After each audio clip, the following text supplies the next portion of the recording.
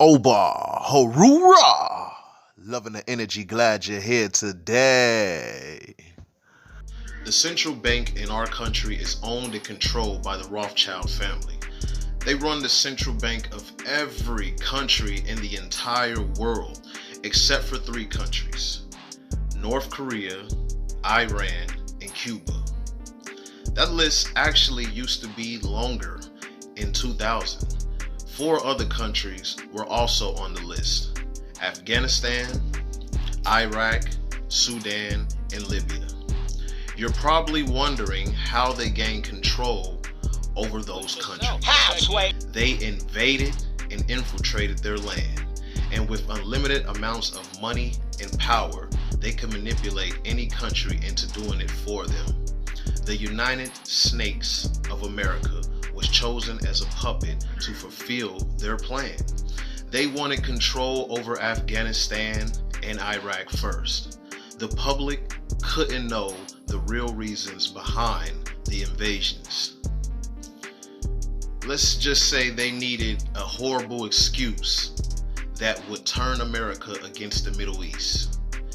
There is a reason people believe 9/11 was an inside job. The US invaded Afghanistan in 2001 and Iraq in 2003. By 2003, both Afghanistan and Iraq's central banks got under control of the Rothschild family. Sudan and Libya were Africa's last countries that weren't under their control now. This time, they chose the United Nations as their puppet. The United Nations has the value that without the 2 generations of history of the United Nations, the world might have blown itself up. So the United Nations is somewhere where not only all the countries of the world, but all the peoples of the world and organizations that cross nation states can meet, can discuss on the basis of a real conversation, of sharing new ideas, of thinking collectively about how to improve the world and how to reduce the grave risks of war and global warming, global climate change, and can take place. So I think the United Nations has never had as great a role as it potentially has over the coming generation. The nation's key players were so powerful, it changed the decisions and interventions taken in certain countries, including Libya and Sudan, where the UN intervened. By 2011, both Sudan and Libya's central banks were under control. North Korea, Iran, Cuba, and their last targets who will be the next puppets. They've already chosen Barack Obama. Instead of using force, the US is now trying to befriend the countries. The Rothschild want control over. But what about North Korea? If you remember back in December 19th, 2014, breaking news about the United Snakes blaming North Korea for what was, I quote, a devastating cyber attack against Sony Pictures, a hack attack. Barack Obama had addressed the issue with these words, and I quote, President Obama said all indications point to North Korea acting on its own and vowed to punish the regime. We will respond proportionally, and we'll respond in a place and time and manner that we choose. So as you can see, the US is unable to befriend North Korea. So they are doing exactly the same as before, trying to make the public turn against another country, trying to justify a revenge attack that's only in place to extend Rothschild's wealth and power on Earth. This is textbook play action and passed down like a baton. For instance, like the continuing of the feud till this day with current puppet Donald Trump, who is now the open book clown of the ongoing circus that is close to the precipice of its existence. Now I know, after all of that, you're probably wondering, how could America stoop so low that it is literally the female dog of most of their operations? Well, let's zone into some big facts. Seeing that the United Snakes is actually a corporation, since the Act of 1871, which established the District of Columbia, we have been living under the United States Corporation, which is owned by certain international bankers and aristocracies of Europe and Britain. Congress cut a deal. So Nathaniel Rothschild. Let's actually take it back a little bit further than that. Let's start with Mayer Rothschild, the father of several different kids, one of whom may have been Hitler's grandfather according to an urban legend, but we're not even going to dive into that today. I just want to take a moment to talk about the fact that a guy started off just finding some rare coins, collecting them, selling them, flipping stuff, basically became a gigantic pawn shop owner towards the end of the 1700s, became really good friends with the king of Bavaria. When Napoleon went to invade in the early 1800s, the king of Bavaria actually tried to make Mayer Rothschild his purser, the person who pays his soldiers in this case, and gifted him with $3 million just to make sure his troops got paid. The Bavarian king got screwed. Mayer Rothschild divided it up amongst his 5 sons and sent each of them out into the world to make their own fortune and to basically try to conquer each individual country's economy that they went to, which is the wildest part. They actually found ways to succeed to some degree or another, and the Rothschilds to this day still have wealth because of it. I think personally the biggest power play of them all was Nathaniel Rothschild, who just like his dad basically used Napoleon.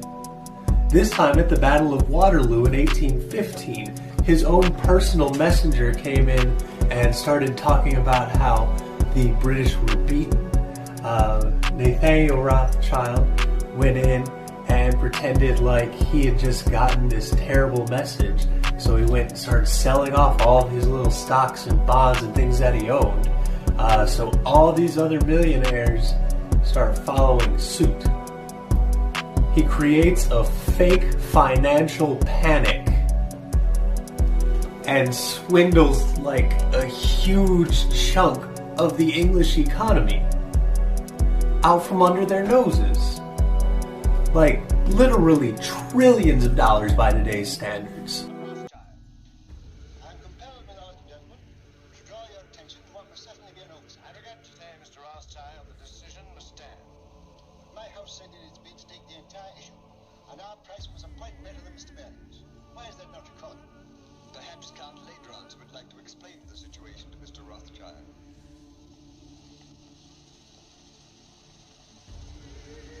Your Excellency. Your bid was received, Mr. Rothschild, but to put it as delicately as possible, it was thrown out, shall we say, on a technicality. A technicality? What am I to understand by that? You are at liberty to give my statement any interpretation you choose. You mean in brief, I am a Jew? Likewise in brief, I do. Gentlemen, I must accept your decision. But since Count Ladrons has been frank enough to admit the reason for our institution, I venture to advise him that these attacks on my race are ignorant and futile. He may strike and strike again. A Jew falls, 1,000 are wounded, but the race lives on. Nino. I thought not. Mika, what's in your mind? Murder. Hannah, I'll tell you exactly what's in my mind. And this This may interest you, Tura.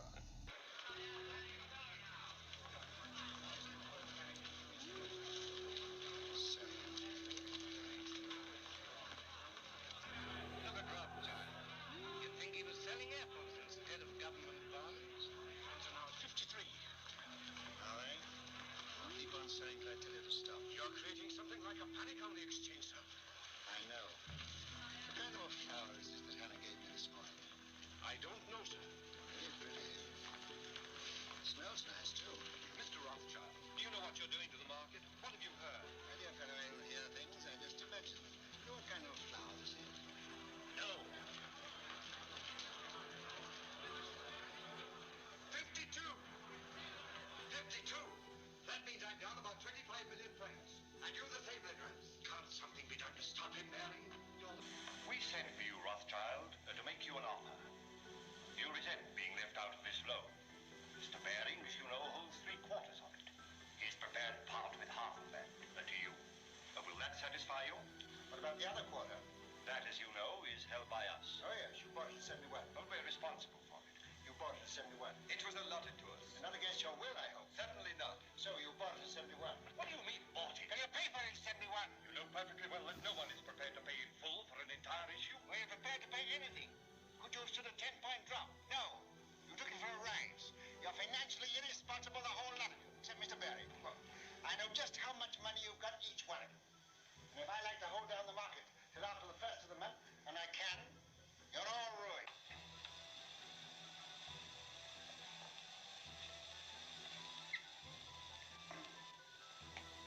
You seem to have been very sure of yourself. I was. Quite. Will you sign first?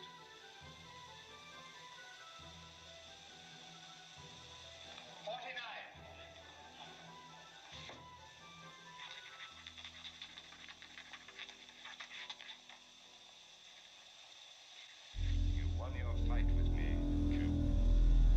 Remember, victory may be all too near. Because Nathaniel Rothschild literally bought like 20% of England. So yeah, you want to talk about who still owns a whole lot of wealth today, even if it's not public, even if they're not out here flexing their power to that extent, or if they do even have a say in the banks. The Rothschilds to this day, no matter who you ask or where they stand on this, will tell you that the Rothschilds are stupidly, fantastically rich to this day for every single one of these people's descendants. It's absolutely insane. They could buy and sell they can buy and sell whole countries, basically. That's what they did. If we're still recording, I'll talk about how the one might have been Hitler's grandfather. Because there was one of them that might have been Hitler's grandfather in Austria.